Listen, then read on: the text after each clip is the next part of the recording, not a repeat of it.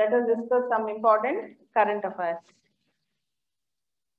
With respect to India and international relations, with respect to international relations, a new term is coming up in the news in the recent past. A new term is coming up in the news in the recent past. Vaccine diplomacy. Vaccine diplomacy. అంతర్జాతీయ సంబంధాలకు సంబంధించి దాని పేరు vaccine diplomacy. VACCINE vaccine diplomacy అంటే supplying vaccines to our neighbourhood, thereby increasing our contacts, increasing our soft power. Not only sometimes to our neighborhood, but also to our extended neighborhood, like Brazil. So, vaccines మన ఇతర దేశాలకి supply చేస్తూ తద్వారా మన దౌత్య సంబంధాన్ని పెంచుకోవటం. Improving our diplomacy by using vaccines. ఇది కూడా ఇంపార్టెంట్ వర్డ్ అన్నమాట. India has so far donated Covishield vaccine to Bangladesh, Nepal, Myanmar, Bhutan and Maldives. Bangladesh, Nepal, Myanmar, Bhutan, Maldives. And Afghanistan, Sri Lanka lo, we are awaiting for regulatory confirmation. Akkada regulatory clearance కావాలి కాబట్టి ఆఫ్ఘనిస్తాన్, శ్రీలంకలో ఆ regulatory clearance కోసం wait చేస్తున్నాం. ఇప్పటికే బంగ్లాదేశ్కి, నేపాల్కి, మయన్మార్కి, భూటాన్కి, మాల్దీవ్స్కి vaccines పంపించేసాం. Sri Lanka, Bangladesh, Sri Lanka తర్వాత ఆఫ్ఘనిస్తాన్లో we are awaiting for regulatory clearance అన్నమాట. అయితే చాలా మంది అడుగుతున్నారు, మీరు పాకిస్తాన్కి వ్యాక్సిన్ పంపించలేదా అని. Many are asking that, have you sent vaccine to Pakistan? Indian government confirmed that it has not received any request from Islamabad for vaccine. Islamabad నుంచి వ్యాక్సిన్ కోసం ఎటువంటి రిక్వెస్ట్ రాలేదు అని చెప్పి భారత ప్రభుత్వం కన్ఫర్మ్ చేసింది. We have not received any request from Islamabad. Islamabad నుంచి వ్యాక్సిన్ కోసం ఎటువంటి రిక్వెస్ట్ రాలేదని చెప్పి. సో ఈ అన్ని డిస్కషన్స్ నే వ్యాక్సిన్ డిప్లొమసీ అనే హెడ్డింగ్ పెట్టి ఈరోజు కొన్ని పేపర్స్ లో రాశారు. This is about vaccine diplomacy. Next news, Subhash Chandrabose 125th birth anniversary. Subhash Chandrabose 125th birth anniversary. Recently, central government decided to celebrate Netaji's birthday. Recently, our central government have decided to celebrate Netaji's birthday on 23rd January every year. On 23rd January every year as Parakram Divas. Parakram Divas ga ప్రతి సంవత్సరం ఈ రోజున celebrate చేద్దామని చెప్పి కేంద్ర ప్రభుత్వం declare చేసింది. మోడీ గారు ఈ రోజున ఆ సెలబ్రేషన్స్ అటెండ్ అవుతున్నారు. అయితే వెస్ట్ బెంగాల్లో ఎన్నికలు జరగబోతున్నాయి భవిష్యత్తులో. సుభాష్ చంద్రబోస్ ని గ్లోరిఫై చేయటం ఎలక్షన్ స్టంట్ అని చెప్పి తృణమూల్ కాంగ్రెస్ క్రిటిసైజ్ చేసింది. కేంద్ర ప్రభుత్వం, బీజేపీ పార్టీ ఇది ఒక ఎలక్షన్ స్టంట్ కావాలని చెప్పి పరాక్రమ్ దివస్ ని డిక్లేర్ చేశారు, ఇప్పుడు అవసరం అని చెప్పి. సో దీని మీద కూడా చర్చ నడుస్తోంది. అయితే ఇక్కడ మీకు 125th బర్త్ యానివర్సరీ జరుగుతుంది కాబట్టి సుభాష్ చంద్రబోస్ గురించి తెలుసుకోవాలి. ఆయన గురించి చాలా డీటెయిల్గా తెలుసుకోవాలన్నమాట. ఆయన స్టార్ట్ చేసిన Azad Hind Fauj, Indian national army గురించి. తర్వాత what is the difference between Mahatma Gandhi's ideology and Subhash Chandrabose ideology. 2016 GS1 mains exam లో ఈ క్వశ్చన్ వచ్చింది. Personality difference between Gandhi and Subhash Chandrabose అని చెప్పి 2016 మెయిన్స్ ఎగ్జామ్ లో వచ్చింది అనమాట. ఏం అడిగారు తెలుసా? ఏం ఆన్సర్ దానికి? Gandhi believe that means are more important then the ends. Subhash Chandrabose believe that ends are more important then the means. Gandhi గారు మీన్స్ చాలా ఇంపార్టెంట్, నాన్ వైలెంట్ మెథడ్స్ చాలా ఇంపార్టెంట్ అని బిలీవ్ చేశారు. సుభాష్ చంద్రబోస్ ఏ మెథడ్స్ అయినా సరే మనకి ఇండిపెండెన్స్ రావాలి అని చెప్పి బిలీవ్ చేశారు. Gandhiji believe that means are more important than the ends. Subhash Chandrabose believe that ends are more important than the means. Ends are more important than the means. And both are strong lovers of the nation. They are patriots, no doubt. Both wanted the country to be free, but the approaches are different. ఇద్దరు దేశ విముక్తి కోసం పోరాడారు, కానీ approaches are different. Gandhiji believed in mass struggle. Subhash Chandra Bose even approached many powers, including Mussolini, Hitler, to support his cause. And he initiated all his steps, particularly with respect to Azad Hindu Fauj in Japan. So, Subhash Chandra Bose ki Gandhi ki end okate desam, kani approaches difference anamata. Once Gandhiji wrote a letter to Rajkumari Amrut Kaur. Gandhiji Rajkumari Amrut Kaur ki oka letter rasaru. ఆ letter లో ఒక మాట అంటారు, no doubt Subhash Chandra Bose is a patriot. No doubt Subhash Chandra Bose is a patriot, but a misguided patriot. But a misguided patriot. ఎటువంటి అనుమానం లేకుండా సుభాష్ చంద్రబోస్ ఒక దేశభక్తుడు, కానీ పక్కద్రోవ పట్టిన దేశభక్తుడు అని చెప్పి గాంధీ గారు సుభాష్ చంద్రబోస్ ని అన్నారనమాట. అలానే సుభాష్ చంద్రబోస్ ని కొన్ని సందర్భాల్లో దేశ్ నాయక్, రవీంద్రనాథ్ ఠాగూర్ ఆయన్ని దేశ్ నాయక్ అని పిలిచారు. దేశ్ Naik.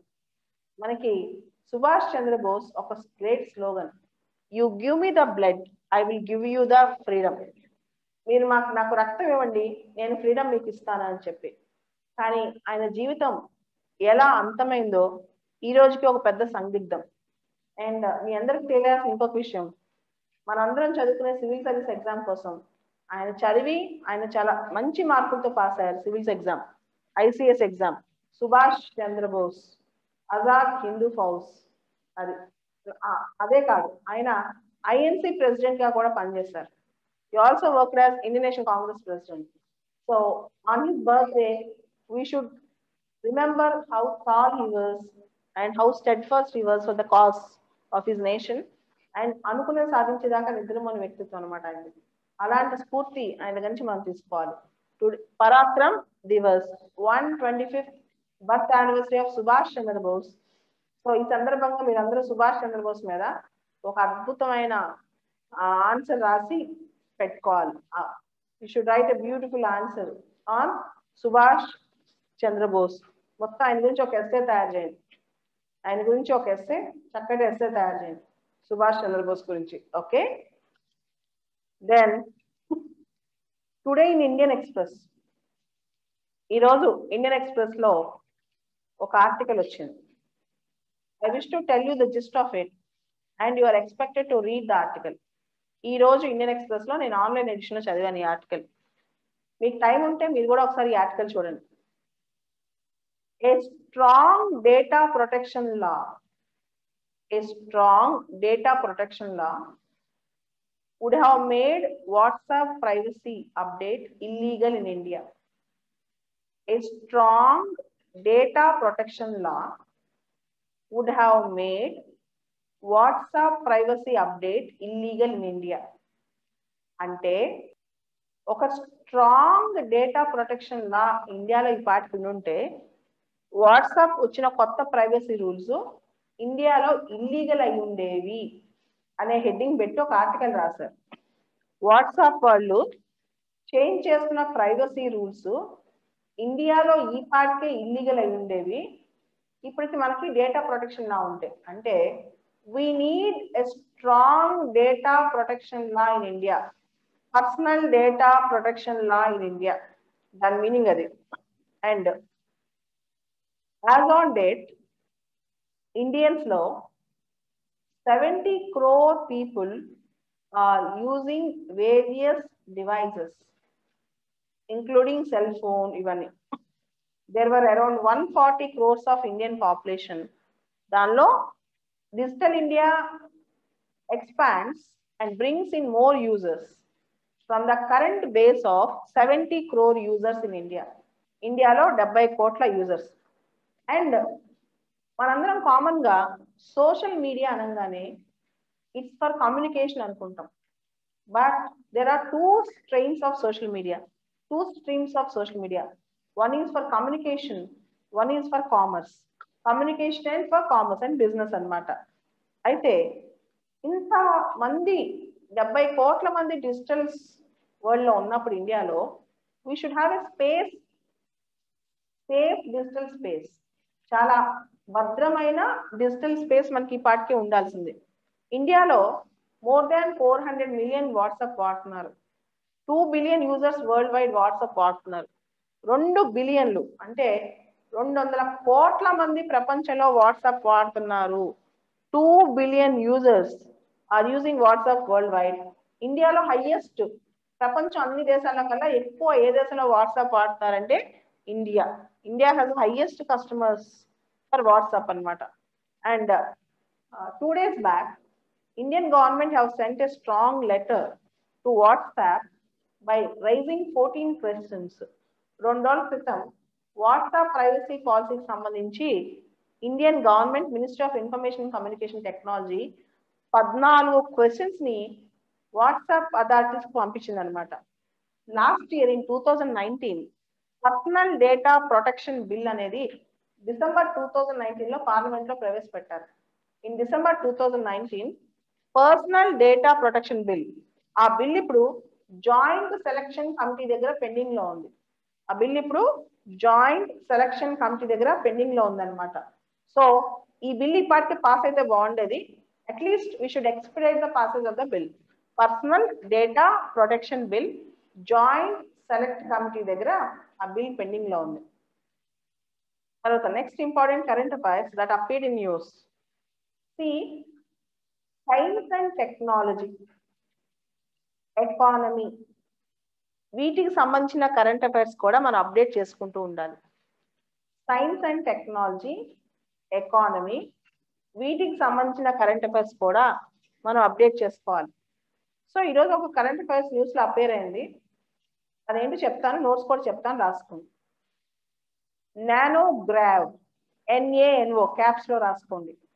NANO, nano, GRAV, G capital, NANOGrav, NANO GRAV. The North American,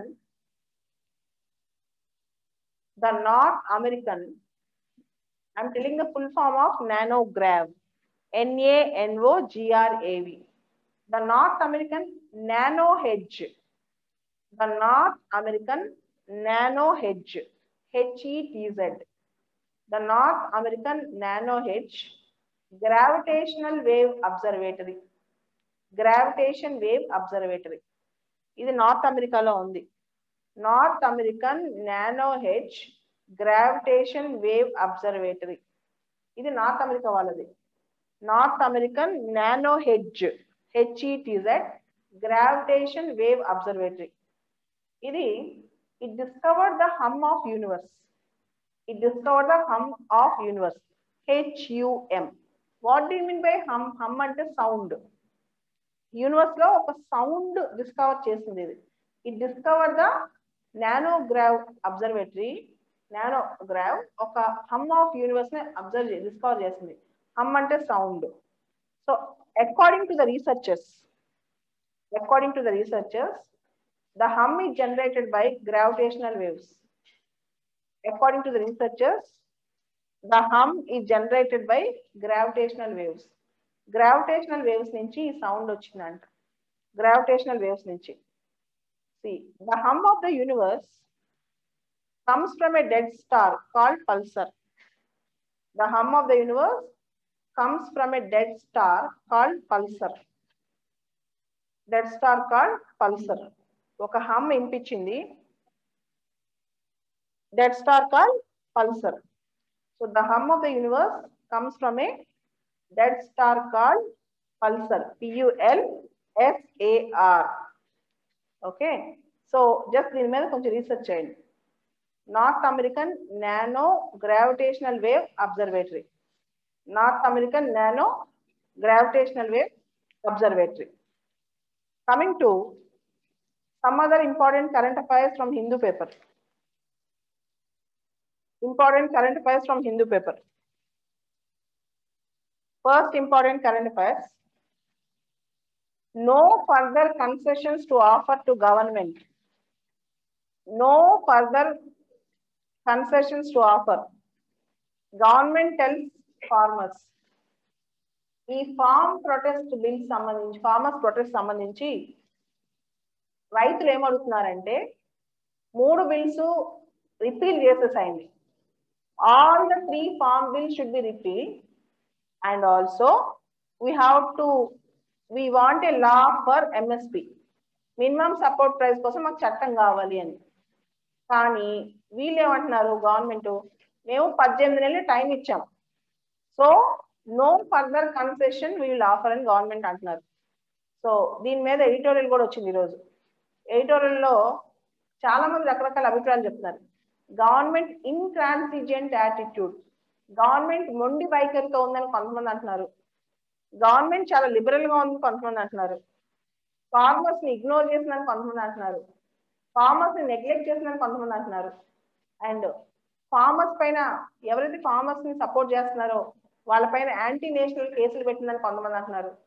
వాళ్ళని దేశద్రోహులుగా వాళ్ళని ఇన్వెస్టిగేట్ చేస్తున్నారు అని చెప్పి కొంతమంది అంటున్నారు. ఫైనల్ గా government is very steadfast. Government strong గా ఉంది ఫార్మ్ బిల్స్ మీద. ఫార్మర్స్ యూనియన్స్ కూడా స్ట్రాంగ్ గా ఉన్నాయి వాటి రిపీల్ చేసే విధంగా. అయితే రిపబ్లిక్ డే రోజు ట్రాక్టర్ పెరేడ్ చేయాలి అని చెప్పి ఫార్మర్స్ న్యూఢిల్లీలో చేయాలి అనుకుంటున్నారు. అదొకటి. తర్వాత కంటిన్యూస్ ప్రొటెస్ట్ లో ఉన్నారు. సో చివరికి గెలుపు ఎవరిది అవుదో మనం చూడాలి. కాకపోతే government is for people and people should support the government. ఒకళ్ళకొకళ్ళు ఉంటేనే, ఒకరితో ఒకరు కోఆర్డినేట్ అవుతేనే గవర్నెన్స్ అనేది నడుచుద్ది.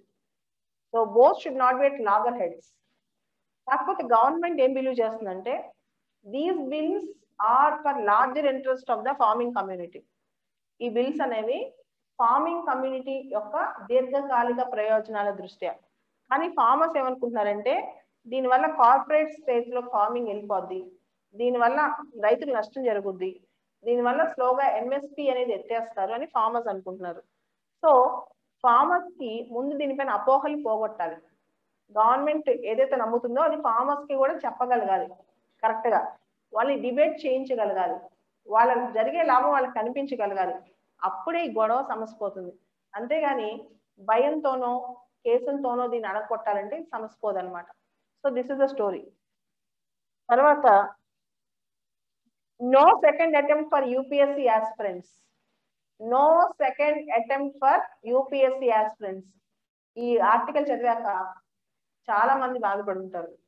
అక్టోబర్ 4వ తారీఖున సివిల్ సర్వీసెస్ ప్రిలిమినరీ ఎగ్జామ్ జరిగింది. చాలా మంది పుస్తకాలు ఒక్కొక్క ప్లేస్ లో పెట్టి ఇంకో ప్లేస్కి వెళ్ళిపోయారు. లాక్డౌన్ అని చెప్పి కనీసం ఏం యాక్సెస్ లేదు. నాట్ ఓన్లీ దట్, సైకలాజికల్ గా కూడా ఫ్యామిలీ అట్మాస్ఫియర్ లో ఉండి పూర్తి స్థాయిలో ఎగ్జామ్ ప్రిపేర్ అవ్వలేకపోయారు.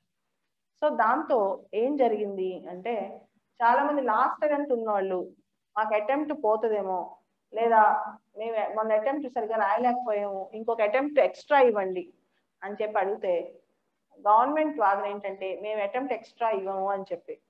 కానీ COVID-19 is a special year. It affected everyone, including UPSC aspirants. ఈ COVID-19 ఇయర్ ఒక స్పెషల్ ఇయర్, ఇంక్లూడింగ్ ఆస్పిరెంట్స్. కాబట్టి గవర్నమెంట్ కొంచెం లిబరల్ గా ఆలోచించి ఒక అటెంప్ట్ ఎక్కువ ఇస్తే కొంచెం కాంపిటీషన్ పెరగవచ్చు. ప్రతిసారి డిమాండ్ చేయలేదు, ఎందుకంటే ఈ ఒక్క సంవత్సరం కదా. So government should have had more considerate attitude అని నేను అనుకుంటాను. కొంచెం దీన్ని కన్సిడర్ చేస్తుంటే బాగుంటుంది అని చెప్పి. సో గవర్నమెంట్ అనుకుండొచ్చు ఎక్కువ మంది కాంపిటీషన్కి వచ్చేస్తారు, లేకపోతే నాన్ సీరియస్ క్యాండిడేట్స్ అందరూ అడుగుతున్నారు, ఇలాంటి డిమాండ్స్ మళ్ళా రిపీట్ చేస్తారు మనం ఒకసారి ఇస్తే. గవర్నమెంట్ స్టాండ్ గవర్నమెంట్ ఉంటుంది, but still anything should be considered from the perspective of student rather than from an institution. ఒక స్టూడెంట్ పర్స్పెక్టివ్ ఆలోచించి గవర్నమెంట్ దీనిలో పాజిటివ్ నోట్ తీసుకుంటే బాగుంటుంది. నెక్స్ట్ థింగ్, ఈ కాంగ్రెస్ న్యూస్ ఇలాంటి న్యూస్ అవసరం లేదు. జిహెచ్ఎంసీ మేయర్ ఎలక్షన్స్ ఇవన్నీ మనకు అవసరం లేదు. Coming to page number 6 editorial page. ఈ ఎడిటోరియల్ పేజ్ లో ఈరోజు ఎగ్జామ్ మనకు వచ్చే ఆర్టికల్స్ అంత ఎక్కువేం లేవు. Today Hindu paper editorial helpful pause, helpful pause PAUSE అంటే గవర్నమెంట్ ఒక ఆఫర్ ఇచ్చింది. 18 months ఫార్మ్ బిల్స్ ని ఇంప్లిమెంట్ చేయమో డిస్కషన్ చేసుకుంటాం. సో సుప్రీంకోర్టు ఇంటర్ఫియర్ అవ్వకుండా గవర్నమెంట్ కి వీళ్ళకి మధ్య ఒక సయోధ్య కుదరాలి. Helpful pause. అలానే ఫార్మర్స్ కూడా వాళ్ళ మొండి వైఖరి పక్కన పెట్టి వాళ్ళు కూడా వచ్చి అసలు చర్చలో పాల్గొనాలి. గవర్నమెంట్ కూడా తన వైఖరిని పక్కన పెట్టి రైతాంగానికి అర్థమయ్యేలాగా చెప్పాలి. టెంపరీగా ఈ ఫార్మర్స్ ట్రాక్టర్స్ ర్యాలీస్ అలాంటివి పెట్టకుండా చేయాలి. ఇలాంటివన్నీ కూడా ఈ ఎడిటోరియల్లో ఉన్నాయి. ఓకే. రెండోది ఫైర్ వార్నింగ్. Fire warning. ఇండియాలో ఫైర్ యాక్సిడెంట్స్ పెరిగిపోతున్నాయి. COVID-19 టైంలో COVID-19 ఈ క్వారంటైన్ హోమ్స్ లో కూడా fire accidents. Serum Institute of India పూణేలో ఫైర్ యాక్సిడెంట్ జరిగి 5 చనిపోయారు. నాన్ నెగోషియబుల్, నో, అస్సలు ఎటువంటి పరిస్థితులు ఎలాంటి డీవియేషన్ లేకుండా we should establish standard protocols. Standard protocols on fire safety. Fire safety మీద స్టాండర్డ్ ప్రోటోకాల్స్ ఎస్టాబ్లిష్ చేయాలి. చాలా ఇంపార్టెంట్. ఇక్కడ మీకు తెలియాల్సింది ఏంటి అంటే, లాస్ట్ వీక్ మహారాష్ట్రలో ఒక చిన్న హాస్పిటల్లో ఫైర్ యాక్సిడెంట్ జరిగి పిల్లలు చచ్చిపోయారు. చిన్న పిల్లలు చచ్చిపోయారు, నియోనాటిల్స్, అప్పుడే పుట్టిన పిల్లలు. ఫైర్ యాక్సిడెంట్ జరిగి. So we need to have strong fire safety standards and protocols in India. ఇండియాలో strong fire safety standards protocols మనం ఫాలో అవ్వాలి. మనం ఇగ్నోరెంట్ గా ఉన్నాం. సీరం ఇన్స్టిట్యూట్ ఆఫ్ ఇండియా దీనిలో కోవిషీల్డ్ వ్యాక్సిన్ ప్రొడ్యూస్ అవుతుంది. ఇలాంటి ఇన్స్టిట్యూట్ లో ఇప్పుడు మనకి ఇది అవుతే ఫైర్ యాక్సిడెంట్, దాన్ని what message you are giving to the India and the world అనేది కూడా ఒక క్వశ్చన్ అనమాట. So you need to write an answer. ఈ ఫైర్ యాక్సిడెంట్స్ మీద ఎథిక్స్ కేస్ స్టడీ కూడా ఎక్స్పెక్ట్ చేయొచ్చు. You can even expect a case study on that. You can even expect a case study ethics fire accidents లో. తర్వాత next ఈరోజు lead article, a new framework around caste and the census. A new framework around caste and the census. See, this article మనందరూ తెలుసు, ప్రతి 10 సంవత్సరాలకు ఒకసారి ఇండియాలో census count చేస్తాం. మొట్టమొదటిసారిగా 1881లో సెన్సస్ మొదలైంది. 1881లో మనకి సెన్సస్ మొదలైంది అనమాట. It's colonial exercise. అంటే బ్రిటిష్ వాళ్ళ టైం నుంచే సెన్సస్ ఎక్సర్సైజ్ అయింది. అయితే ఇక్కడ ఆధార్ ఏముంటుందంటే, క్యాస్ట్ సెన్సస్ మీద మనం చాలా ఎంఫసైజ్ చేస్తున్నాం. జనం 1941 సెన్సస్ అప్పుడే ఏ కమ్యూనిటీ ఎంతమంది ఉన్నారు అని చాలా ఎంతూజియాజంగా తెలుసుకోవడానికి ట్రై చేశారు. క్యాస్ట్ సెన్సస్ వల్ల ఐడెంటిటీ పాలిటిక్స్ కానీ ఐడెంటిటీ అంశాలు కానీ పెరిగే అవకాశం ఉంది. Because India is a highly polarised country. ఎస్సీలు ఎంతమంది ఉన్నారు, ఎస్టీలు ఎంతమంది ఉన్నారు, ఏ క్యాస్ట్ వాళ్ళు ఎంతమంది ఉన్నారంటే ఆ డేటా మిస్యూజ్ అవ్వచ్చు. ఆ డేటా వల్ల రకరకాల పోలరైజేషన్స్ రావచ్చు. హ్యూమన్స్ ఇండియాలో they are more enthusiastic about various diversifications. పక్కోడు మనోడా ఇతరుడా, మన క్యాస్టా ఇంకో క్యాస్టా, మన రిలీజనా ఇంకో రిలీజనా. దీన్ని సెన్సస్ అనేది ఓవరాల్ గా పెద్ద డేటా, ఓవరాల్ గా ఇండియాలో హోలిస్టిక్ డేటా. దాన్ని ప్రత్యేకమైన యూటిలిటీ ఉన్నా లేకపోయినా కానీ ఇలాంటి చెత్త అంశాలకు సెన్సస్ పనికొస్తుందేమో అనే దాని మీద నరేట్ చేస్తూ ఆధార్ అనేక అంశాలు దీన్ని తీసుకొచ్చారనమాట. ముఖ్యంగా కాస్ట్ సెన్సస్, ఐడెంటిటీ, ఏ కాస్ట్ ఎంతమంది, వాళ్ళ ఐడెంటిటీ ఏంటి, వాళ్ళ పర్స్పెక్టివ్స్ ఏంటి, ఇవన్నీ బయటకు వస్తాయి. సో దీనివల్ల చెడుకి ఇది ఉపయోగించకూడదు అని చెప్పి దానిలో మెసేజ్ అనమాట చెప్పేది. అండ్ ఇక్కడ next article, epic between dark politics or collective resistance. Epic between dark politics or collective resistance. ఇదేం లేదు, జనవరి 6వ తారీఖున అమెరికాలో క్యాపిటల్ హిల్ లో వయలెన్స్ జరిగి 5 చచ్చిపోయారు. డొనాల్డ్ ట్రంప్ స్పీచ్ వల్ల ఇది జరిగిందా లేకపోతే ఎలా జరిగిందో పక్కన పెడితే, హింసకి అధికారానికి ఉన్న సంబంధం గురించి ఆధార్ డిస్కస్ చేశారు. హింస అధికారం, మీరు దీని మీద అంత దృష్టి పెట్టక్కర్లేదు, ఫస్ట్ పారాగ్రాఫ్ చదివితే చాలు. ఈ ఆర్టికల్ మన డైరెక్ట్ ఎగ్జామ్ లో ఏం కాదు, ఈ ఆర్టికల్ అంత ఇంపార్టెంట్ కాదు, జస్ట్ రిమెంబర్ అసలు ఏముందో చూస్తే సరిపోతుంది. తర్వాత ప్రతి సాటర్డే గ్రౌండ్ జీరో వస్తుంది, ఒక ఇంపార్టెంట్ అప్డేటెడ్ టాపిక్ మీద గ్రౌండ్ జీరో అని వస్తుంది ఎవ్రీ సాటర్డే.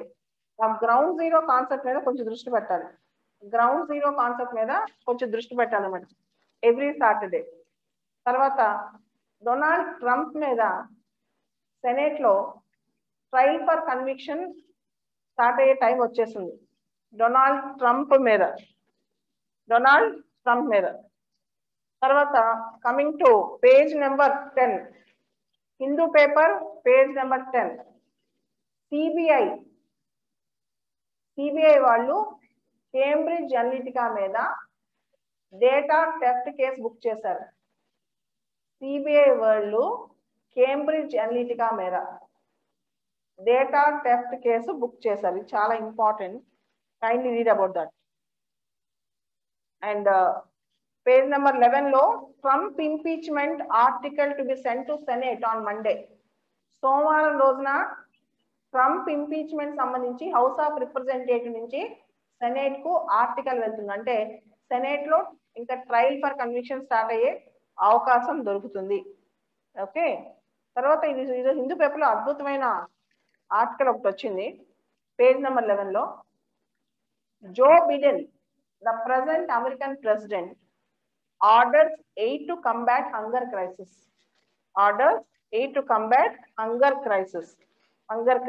ఇది చాలా కరోనా వైరస్ టైంలో లే ఆఫ్స్, ఉద్యోగాలు పోవటము, జనానికి డబ్బులు లేకపోవటం వల్ల హంగర్ క్రైసిస్ ఇమీడియట్ గా అడ్రస్ చేయాలి అని చెప్పి. సో ఇవన్నీ ఇంపార్టెంట్ న్యూస్ ఫర్ టుడే.